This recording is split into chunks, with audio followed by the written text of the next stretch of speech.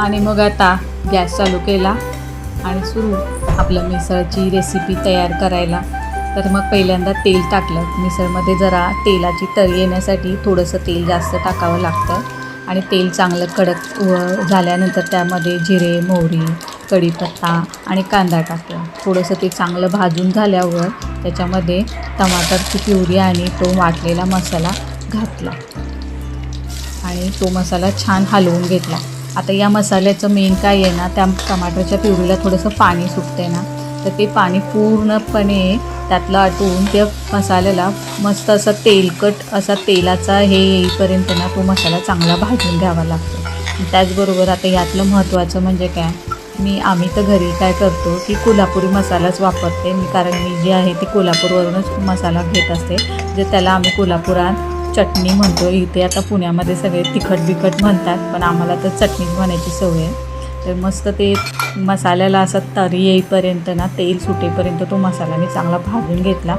आणि त्याच्यानंतर मग काय केलं, माझा जो कोल्हापूरचा आमचा झणझणीत असा मसाला आहे ना, तो त्याच्यामध्ये एक 2-3 चमचे टाकले, कारण मसाला हा आमचा थोडा तिखटच असतो. पण त्याचबरोबर कसं आहे माहिती आहे का, त्याचा रंग पण मस्त लाल लाल येतो. तर मग मी त्याप्रमाणे काय केलं, कोल्हापूरचा आमचा चटणी टाकून घेतली आणि मस्त हलवून घेतलं. ते मसाला चांगला भाजू दिला आणि त्याच्यानंतर मग त्याच्यामध्ये मटकी टाकली. ती चांगली मसाला एकत्र मिक्स होईपर्यंत चांगली हलवली. मग त्याच्यामध्ये 2-3 ग्लास पाणी घातलं, जेवढं पाणी पाहिजे आपल्याला, म्हणजे चांगली तरी यायला पाहिजे ना, कारण मटकीच्या मसाल्याला कसं आहे की जरा पाणी जास्त घालून छान उकळावं लागतं. वरून मीठ टाकलं आणि चांगली उकळी येऊ दिली.